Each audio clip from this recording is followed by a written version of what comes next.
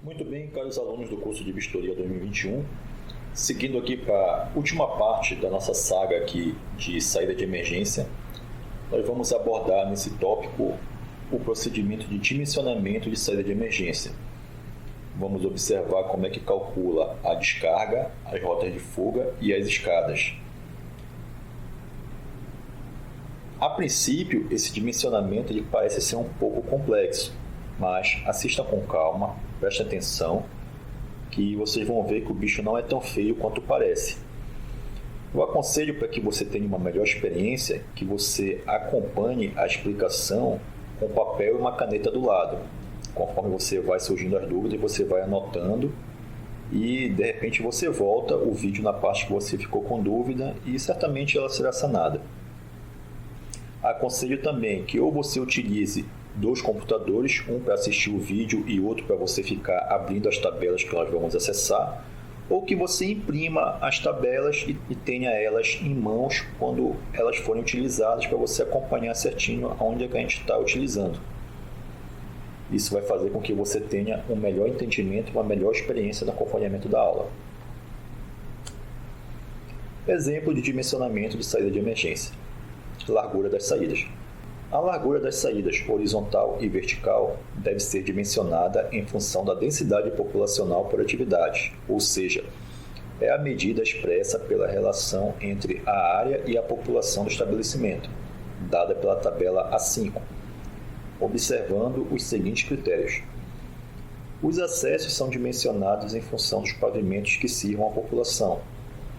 As escadas, rampas e descargas dimensionadas em função do pavimento de maior população, o qual determina as larguras mínimas para os lanços correspondentes aos demais pavimentos, considerando-se o sentido da saída. Cálculo das saídas horizontais. O cálculo da largura das saídas horizontais é dado pela equação 1. Na equação 1, ela traz que LH, que seria a largura horizontal, é igual a P vezes CL dividido por 1000, onde LH é a largura total das rotas horizontais dada em metros, P é igual a A dividido por D, é a população conforme o coeficiente da tabela A9, A é a área total da referida verificação de risco do estabelecimento. O que seria isso? Nem sempre essa área vai ser a área construída da edificação. Edificações destinadas à reunião de público geralmente têm uma área efetiva maior do que a área construída. Observe o seguinte exemplo. Você tem uma casa de show em que ela tem uma área construída pequena, porém ela tem um salão descoberto onde as pessoas ficam lá curtindo a festa. Quando eu for dimensionar a saída de emergência, eu tenho que considerar essa área descoberta onde as pessoas ficam. Porque caso ocorra uma situação de emergência, essas pessoas vão tender a sair pela mesma saída de emergência de todo mundo. Então, eu não posso dimensionar a saída de emergência apenas para a área coberta, eu tenho que dimensionar também para a área onde as pessoas costumam ficar.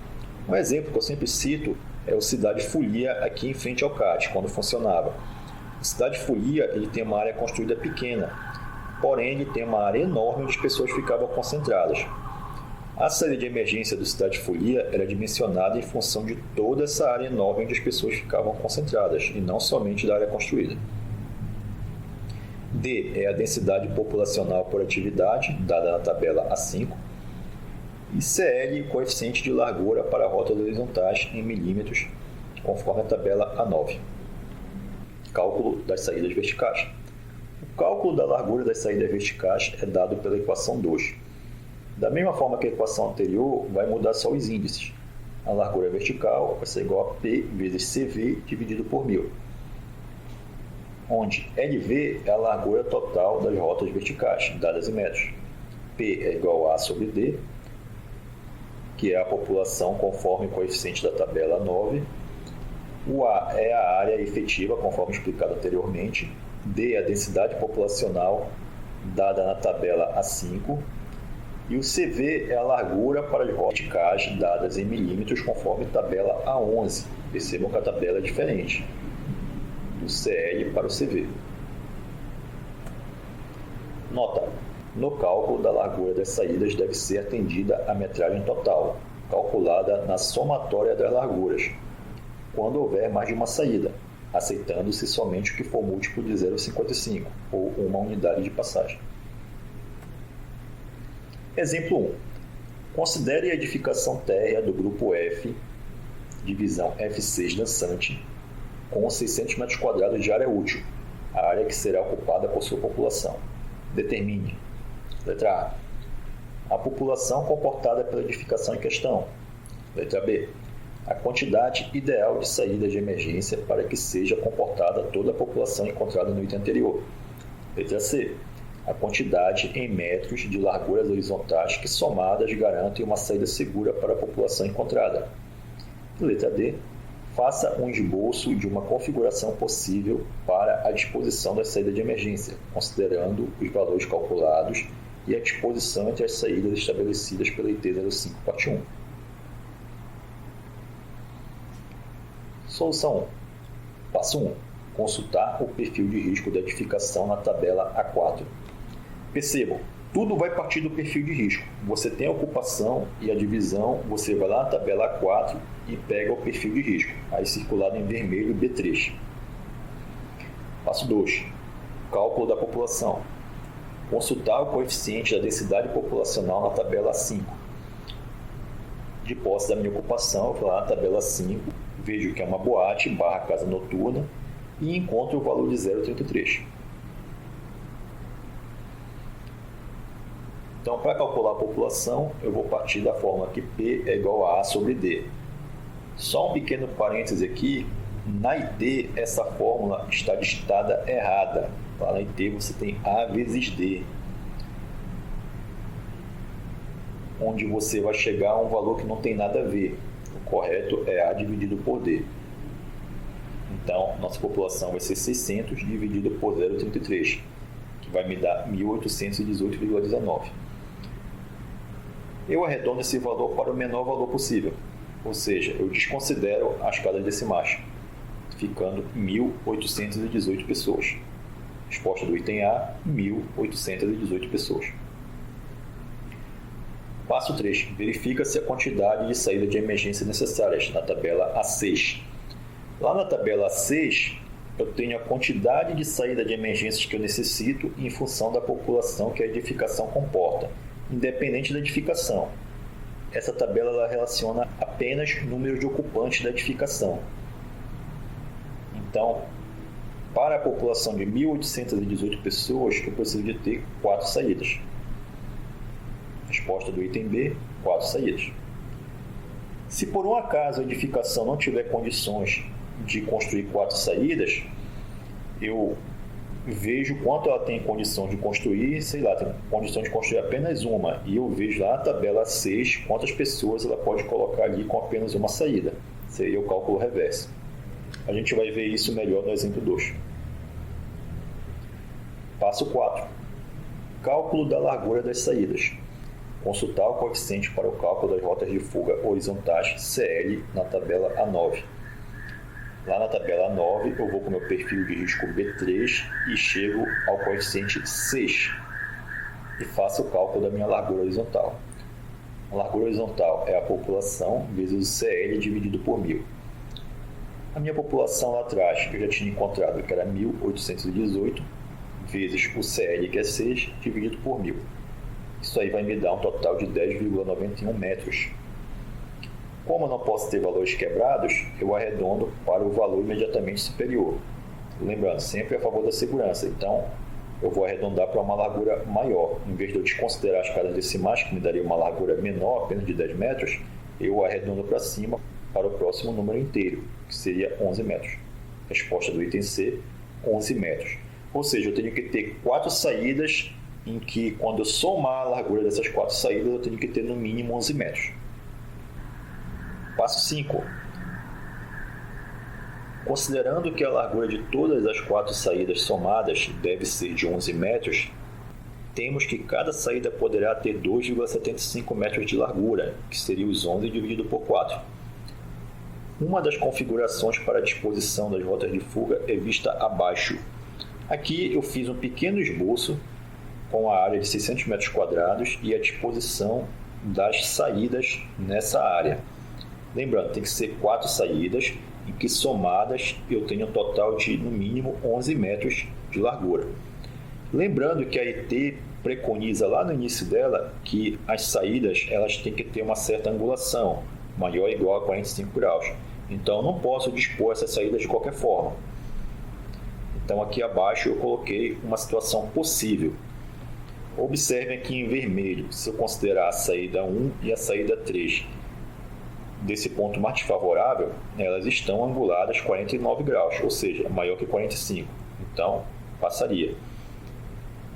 Observe que aqui desse ponto, se eu considerar a saída 1 e a saída 2, eu tenho 47 graus. Então, elas estão anguladas também maior que 45 graus, o que também atende a IT05.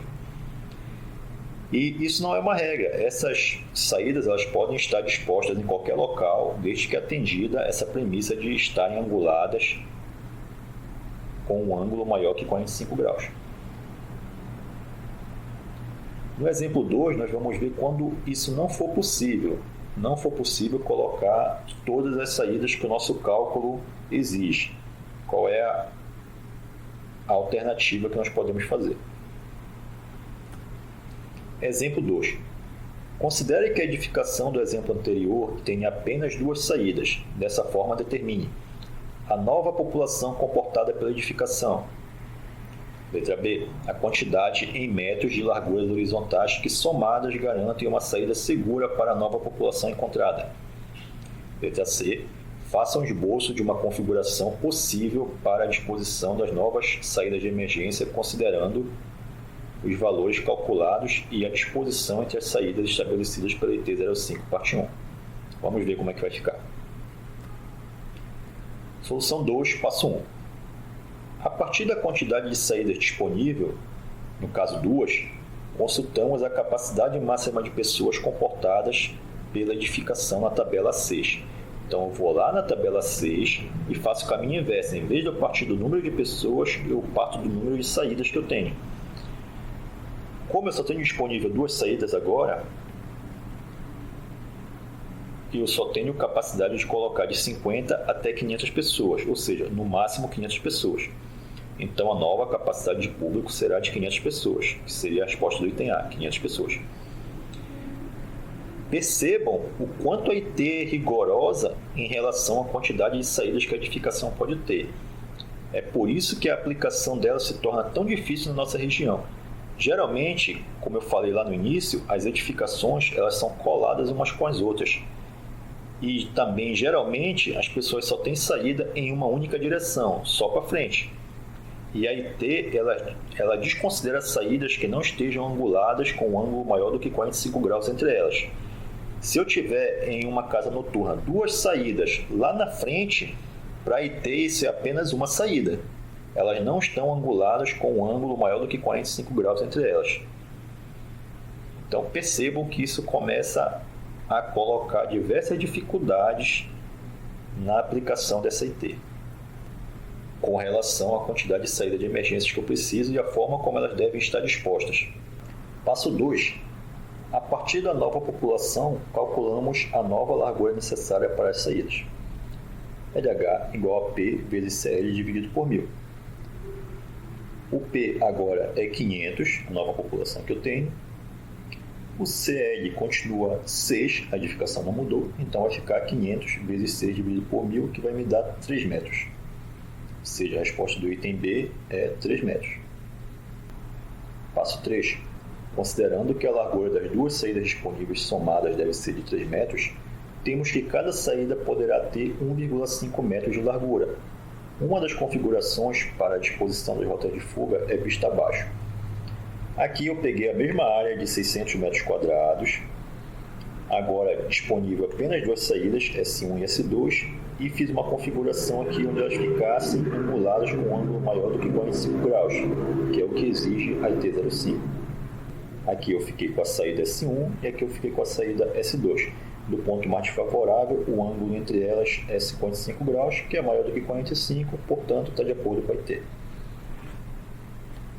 Mais uma vez, percebam que quando não tenho disponível a quantidade de saída que a IT pede, Não quer dizer que a edificação não vai poder funcionar. Ela pode funcionar, porém a quantidade de pessoas que ela vai poder comportar reduz drasticamente, para que você tenha uma condição de segurança. Exemplo 3.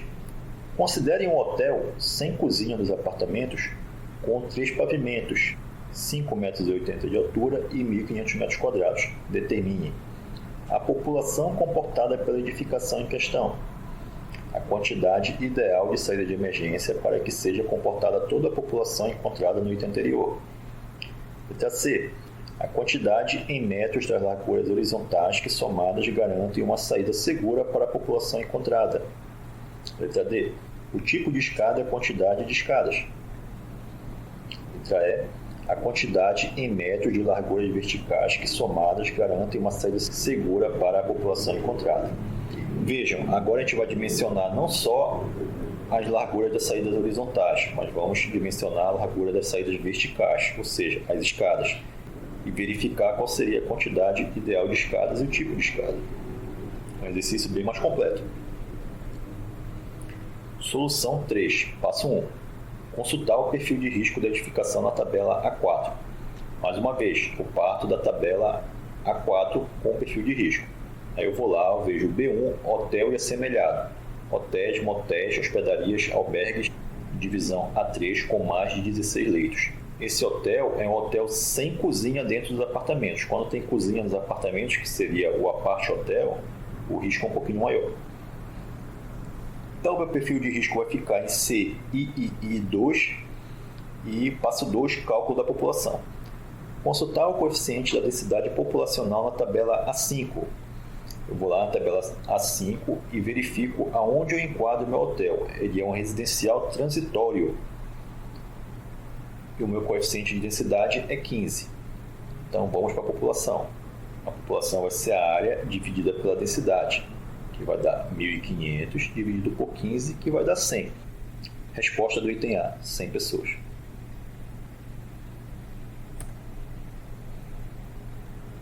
Passo 3. A partir da quantidade de pessoas calculada, verifica-se a quantidade de saída de emergência necessárias na tabela 6. Eu vou lá na tabela 6, dessa vez eu coloquei a tabela completa, porque a gente pudesse ter uma visão mais geral dela. E vejo lá, acima de 50 até 500 pessoas, eu preciso ter 2 saídas. Resposta do item B, 2 saídas por pavimento. Passo 4. Cálculo das larguras horizontais.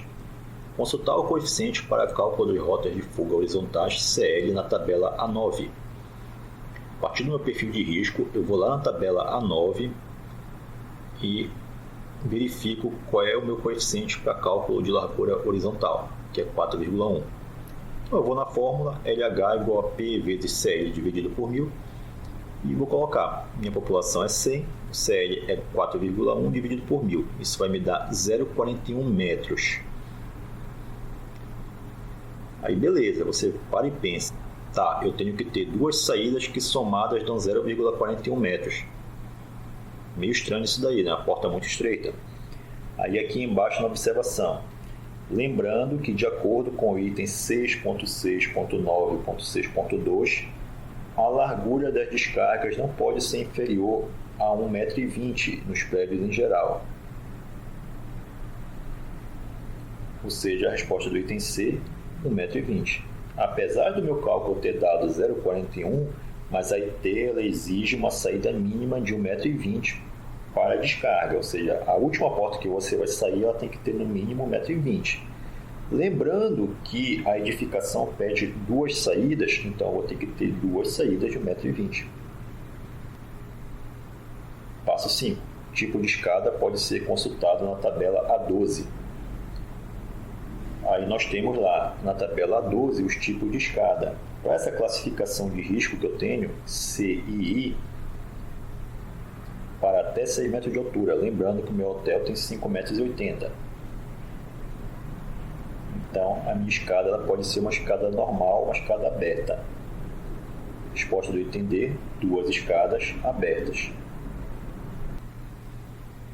Passo 6. Cálculo da largura das saídas verticais. Consultar o coeficiente para cálculo de rotas de fuga verticais CV na tabela A11. Então eu vou lá na tabela A11 e verifico o meu CV. Observe que ele trata o CV de acordo com o andar que você está considerando. Então, para uma edificação com vários andares, eu tenho que fazer o cálculo para cada andar. Aqui nós temos no primeiro andar 4,25, no segundo 3,80 e no terceiro 3,40. Percebam que ele vai diminuindo conforme eu vou subindo os pavimentos. Então, largura vertical vai ser igual ao P vezes CV dividido por 1000. Para o terceiro pavimento, a largura vertical vai ser 100, que é a população, vezes 3,4 dividido por 1000, que vai dar 0,34 metros. Para o segundo pavimento, vai ser 100 vezes 3,8 dividido por 1000, que vai dar 0,38 metros. E para o primeiro pavimento, na descarga, percebam que a saída da descarga ela dá maior porque ela tem que absorver a população do terceiro e do segundo pavimento. Então, vai ser 100 vezes 4,25 dividido por 1000, que vai dar 0,42 metros. Observação. Como todos os valores calculados foram abaixo do valor mínimo para rotas de fuga verticais, adota-se o valor mínimo de acordo com o item 6.5.6.1 da IT05, que é de 1,20 m para situações em geral. Ou seja, percebam que em todos os pavimentos a largura das saídas deu menor que 1,20 m. Como a IT ela exige que seja no mínimo 1,20 m, então eu adoto o mínimo para todos os pavimentos. Lembrando que eu preciso de 2 saídas por pavimento. Resposta do item é 1,20 m, porém deverá ter 2 escadas com essa largura cada. Então, esse é o procedimento para dimensionamento de largura de emergência segundo a IT05.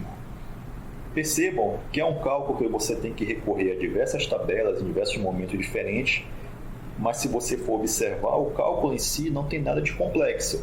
É só uma forma de multiplicar e dividir.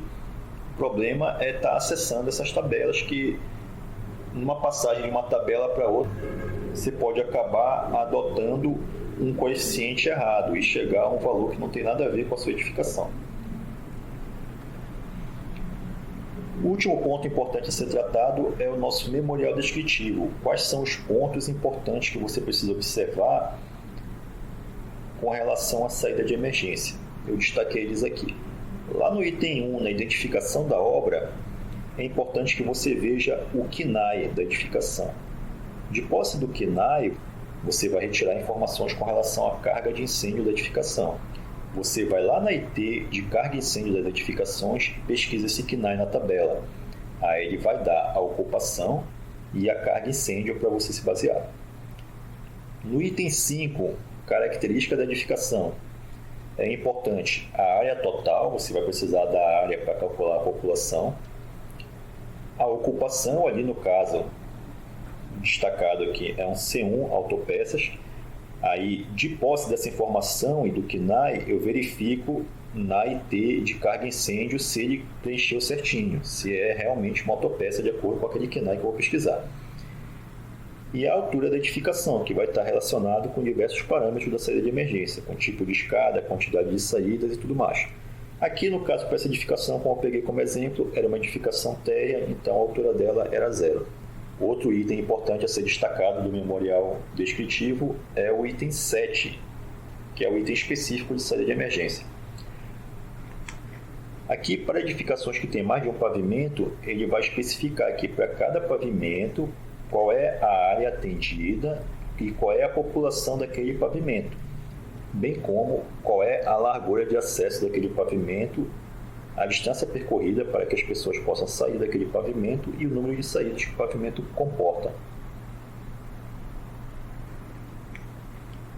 Aqui nós temos também a capacidade total da população daquele prédio